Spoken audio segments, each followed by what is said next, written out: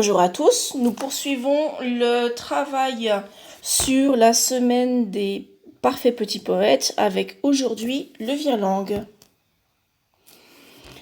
Tout d'abord, une définition. Un virelangue, que l'on peut appeler également fourche-langue, est une phrase ou un ensemble de phrases volontairement difficiles à prononcer et que l'on peut justement utiliser comme exercice de diction ou pour l'apprentissage d'une langue étrangère.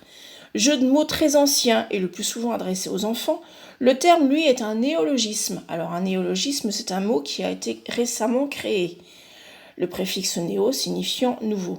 Datant du XXe siècle, inventé en francisant une expression régionale signifiant ta langue à fourcher. Donc vous avez compris qu'en fait ce sont des jeux de mots qui utilisent la répétition d'un même son dans une phrase qui peut avoir un sens ou qui n'est pas obligé d'avoir un sens, le but du jeu étant la manipulation de ce son et les répétitions de ce son. Quelques exemples maintenant. Tu t'entêtes à tout tenter, tu t'uses et tu te tues à tant t'entêter. Fais faire à Fabien fourbe et fautif, force farce fausse et fantasque. Le murmurant Paris rend Paris murmurant. Suis-je chez ce cher Serge? Je suis juché sur sa chaise. Les libellules pullulent et l'hurluberlu hurle. J'y suis arrivée et c'était pas simple. Alors, quelques petites explications concernant les termes utilisés dans ces virelangues. S'entêter signifie s'obstiner à faire quelque chose. Fourbe qualifie une personne qui est hypocrite.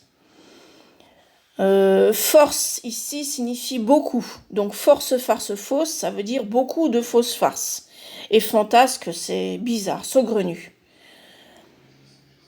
La libellule est un insecte que l'on trouve en bord de rivière ou bien avec qui peut être de couleur bleue ou verte ou rouge. C'est un animal très gracieux, un insecte très gracieux que l'on surnomme la demoiselle. Pulluler signifie être en très grand nombre et un hurluberlu, c'est une personne très étrange qui a des idées très bizarres. Alors, le travail que vous aurez à faire aujourd'hui sera de concevoir votre propre virelangue. Alors, l'important ici, c'est le son. C'est-à-dire que vous pouvez trouver quelque chose, réaliser quelque chose qui ait un sens, mais ce n'est pas une obligation.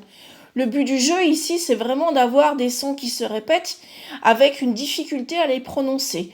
Donc, dans un premier temps, vous allez concevoir votre propre virelangue, puis ensuite, vous allez vous entraîner à le dire. Et puis, vous m'enverrez le résultat par audio, par message audio sur WhatsApp, et vous serez noté là-dessus. Alors, pour ceux qui vraiment manqueraient d'inspiration, vous pouvez tout à fait reprendre l'un des exemples que je viens de vous proposer. Mais je préférerais quand même que vous tentiez de rédiger quelque chose par vous-même. Alors, j'espère que tout le monde a bien compris, et on se retrouve dans un instant sur WhatsApp. À tout de suite.